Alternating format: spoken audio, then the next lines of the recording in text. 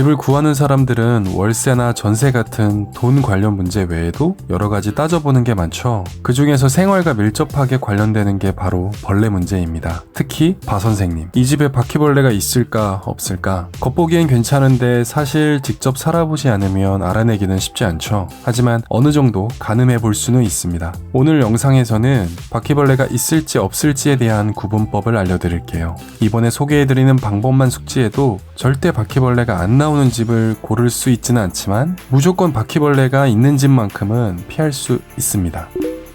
첫 번째, 알아보고 있는 집의 1층에 음식점이 있다면 바퀴벌레가 나올 가능성이 매우 큽니다. 너무 당연하긴 하죠. 아무래도 음식점이 있다면 그만큼 물을 사용하고 음식물 쓰레기를 보관하는 기간도 길어지다 보니 다양한 벌레들이 있을 수밖에 없습니다. 거기다가 다양한 음식점에 환풍 시스템들도 기름기가 끼면서 벌레가 서식하기 아주 좋은 위치가 됩니다. 세스코 같은 방역단체로 관리받는 음식점의 경우에도 개체수가 줄어들 수는 있지만 완벽하게 100% 없다고 단정하기는 어려워요. 1층에서 바 선생님이 올라오는 거야 시간 문제니 1층에 음식점이 있는 경우 적어도 2층과 3층은 바 선생님이 있을 확률이 매우 높다고 판단하는 게 좋습니다. 특히 횟집과 고깃집이 있다면 바 선생님뿐만 아니라 여러 종류의 벌레들을 만날 확률이 매우 높습니다.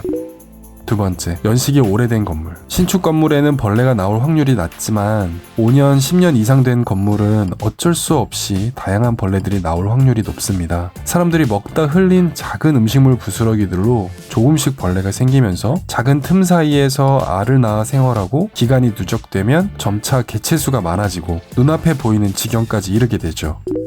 세 번째는 집 사이 간격이 좁은 집입니다. 집과 집 사이 간격이 좁으면 그 사이에 그림자가 져서 햇빛이 잘 들지 않습니다. 특히 창문을 열면 반대쪽에 있는 집과 대화가 가능할 정도로 거리가 짧다면 창문을 잘 열지 않아서 환기를 잘 시키지 않게 되고 빛도 들지 않아서 점점 내부가 습해지죠. 집 내부가 점차 벌레들이 살기 좋아하는 환경으로 변해가며 결국 벌레가 나올 확률이 매우 높아집니다. 네 번째는 창문 사이에 쌓인 작은 점들. 사람이 음식을 먹으면 대변을 보듯이 벌레도 마찬가지입니다. 배설물들을 집안 곳곳에 뿌리고 다니는데 우리가 일상적으로 생활하는 공간은 청소기도 돌리고 걸레질도 하면서 그런 배설물들이 없어지지만 자주 청소하지 않고 유심히 보지 않는 곳은 벌레의 흔적들이 남게 됩니다. 그런 대표적인 곳은 바로 창틀인데요. 특히나 바퀴벌레는 작은 검은색의 후춧가루 크기 정도의 배설물을 일정 간격으로 남겨놓기 때문에 집을 알아볼 때 반드시 창문을 열고 창틀을 확인해야 합니다. 집을 내놓을 때 이런 모습을 숨기기 위해서 청소를 해두는 경우가 많은데 손이 잘 닿지 않는 위치를 잘 보면 남겨져 있는 벌레의 배설물들을 확인할 수 있을 거예요.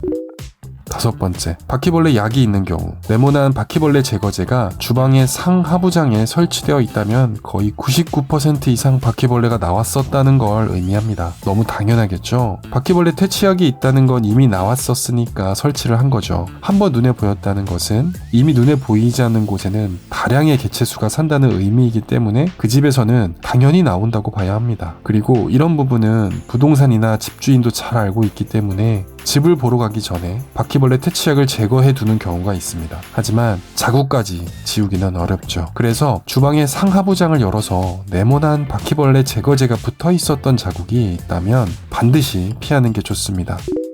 지금까지 바퀴벌레가 나올 만한 집을 알아보는 방법 5가지를 알려드렸는데요. 집을 알아볼 때 이번 꿀팁만 알고 확인하셔도 절대 바퀴벌레가 안 나오는 집을 고를 수 있지는 않지만 무조건 바퀴벌레가 있는 집만큼은 피할 수 있습니다. 바 선생님을 생각만 해도 닭살이 돋는 분들은 이런 집은 꼭 피하시는 것을 추천드립니다.